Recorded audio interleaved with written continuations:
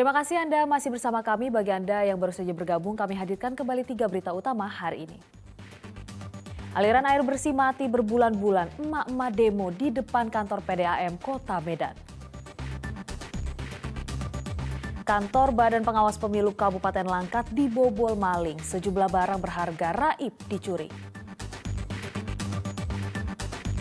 Open Championship Surfing Gota Fire Nias Utara digelar di Ture Dawola Beach.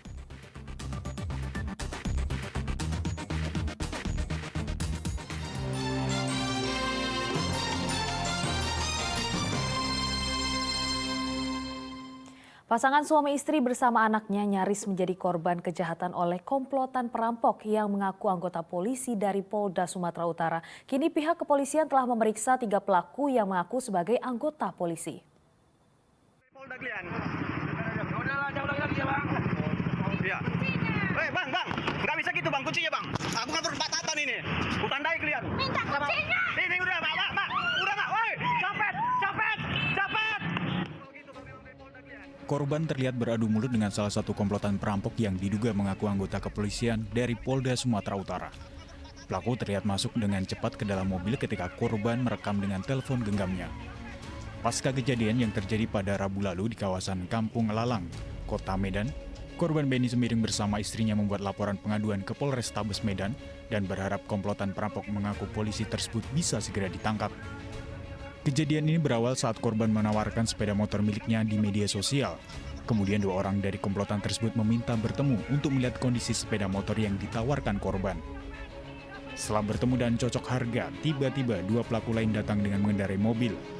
Pria di dalam mobil kemudian merampas kunci dan STNK kendaraan korban, serta mengaku sebagai anggota polisi yang bertugas di Polda Sumatera Utara. Terus dibilangnya, jangan bergerak, saya polisi, kami polisi katanya. Polisi bertugas di Polda Sumatera Utara katanya. Di Polda, orang Polda katanya. Ya kalau memang orang Polda mana identitas, saya bilang. Terus mereka bilang, ya udah ini masalah di kantor nanti, ini barang bermasalah katanya. Kayak itu, ya udah kita ke Polsek Sunggal aja kalau memang bapak dari polisian, sana kita ngomong, saya bilang kan. Nggak usah sini aja, ayo kita bawa ke Polda katanya. Mau dihidupkannya kereta, saya matikan. Mau dibawanya, ayo naik ke mobil katanya. Udah dirangkulnya saya mau naikkannya ke mobil. Kami polisi, jangan macam-macam katanya. Ya udah tunggu, kalau kami memang polisi oke, biar telepon kawan di Polda bahwa benar kok nggak sana tugas, saya bilang kan. Saat itu mau ke foto orang itu gini, saya foto. Ya ngapain kok foto-foto katanya. Terus kabur kata sama kawannya itu semua kabur, dia dibawakannya STNK sama remote kereta saya. Pihak kepolisian hingga kini telah menangkap 4 orang pelaku. 3 diantaranya merupakan anggota kepolisian yang bertugas di Polrestabes Medan. Dari 4 pelaku ini, 3 diantaranya adalah oknum anggota Polri. Terhadap yang bersangkutan sudah dilakukan patsus, yaitu penempatan khusus. Ini juga kita sudah bersama berkoordinasi dengan si Propam. Terhadap yang bersangkutan akan dilakukan proses, baik itu proses secara kode etik dan juga secara pidana, ya. Korban berharap para pelaku mendapat hukuman yang setimpal atas percobaan perampokan terhadap dirinya. Muhammad Hamdani melaporkan dari Kota Medan. Fakar Suhartami Pratama alias Fakarich terdakwa penyebaran berita bohong dan penipuan aplikasi Binomo dituntut 8 tahun penjara. Fakar dituntut atas tuduhan menyebarkan berita bohong dan menyesatkan terkait Binomo. Pengadilan Negeri Medan Kamis lalu kembali menggelar persidangan Fakarich terdakwa penipuan aplikasi Binomo. Persidangan kali ini beragendakan pembacaan tuntutan oleh Jaksa Penuntut Umum Chandra Naibahu.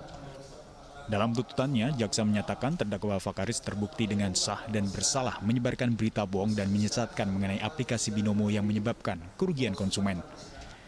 Badan Pengawas Perdagangan Berjangka Komoditi Kementerian Perdagangan menyatakan aplikasi Binomo bukanlah kegiatan usaha di bidang perdagangan berjangka.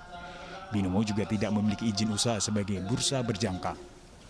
Terdakwa Fakarich yang mempromosikan Binomo merupakan bentuk tindak pidana penyebaran berita bohong, di mana Binomo merupakan penawaran investasi berkedok perdagangan berjangka. Jaksa menyatakan terdakwa telah melanggar pasal dalam Undang-Undang Informasi dan Transaksi Elektronik, serta pasal dalam Undang-Undang Pencegahan dan Pemberantasan Tindak Pencucian Uang. Atas perbuatannya, terdakwa dituntut hukuman penjara selama 8 tahun dan denda 1 miliar rupiah subsidi 1 tahun kurungan penjara. Jaksa juga menyatakan menyita aset tanah yang dimiliki terdakwa untuk menantinya diberikan sebagai uang pengganti kepada para korban. Usai mendengarkan tuntutan, penasihat hukum terdakwa Stella Guntur menyatakan akan mengajukan pledoi. Pledoinya kami akan arahkan ya bahwasanya kalau terhadap ini adalah hoax, kami akan sesuai dengan Dr. Mahmud yang kemarin saksi ahli pidana yang kami datangkan, bahwasanya beliau sudah menyatakan hoax itu berita bohong ITE, karena secara ITE itu biasanya terhadap konsumen. Nah, dan kalau di sini sepertinya saksi-saksi bukan konsumen, maka mereka ada trader.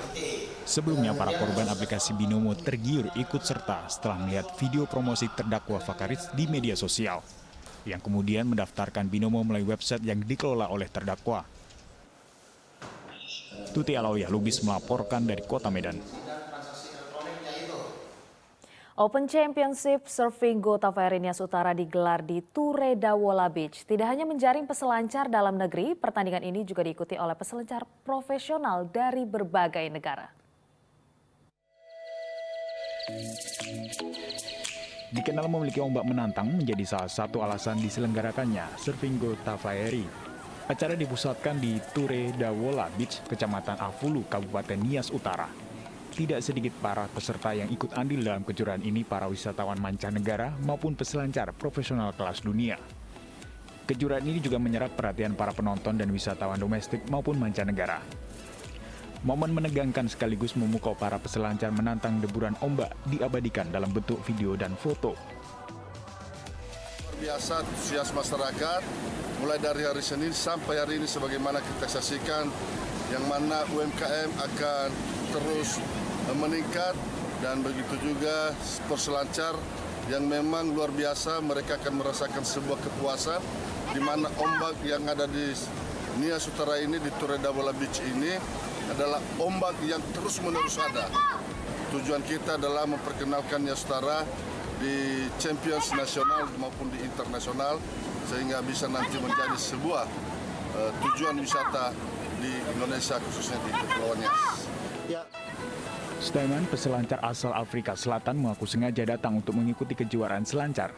Kendala menempuh jarak antar benua tidak menjadi masalah bagi Staiman, karena tertarik menjajal tantangan laut di sekitar Kepulauan Nias. Staiman berharap kejuaraan ini dapat menjadi agenda tahunan. Saya lihat, oh tempat ini cantik, orang lokal respect tempat ini, respect nature ya. Ya itu bagus, semua orang bagus. Ya senang dengan saya. Ya itu bagus untuk community lokal juga ya. Ya mereka harap seperti bisa dijual makan santai. Ya itu bagus untuk community lokal. Itu project bagus pasti. Nama Harald Steinman, saya dari Afrika Selatan. Dan ya, saya sudah jalan-jalan di Indonesia lama. Saya suka negara ini. Saya puas sekali untuk naik kompetisi di sini. Terima kasih banyak. Meski baru pertama kali digelar, pemerintah Kabupaten Nias Utara optimis kejuaraan surfing ini dapat menjadi salah satu objek wisata yang mampu mendongkrak ekonomi dari sektor masyarakat. Tuti Alawiyah Lubis melaporkan dari Kabupaten Nias Utara.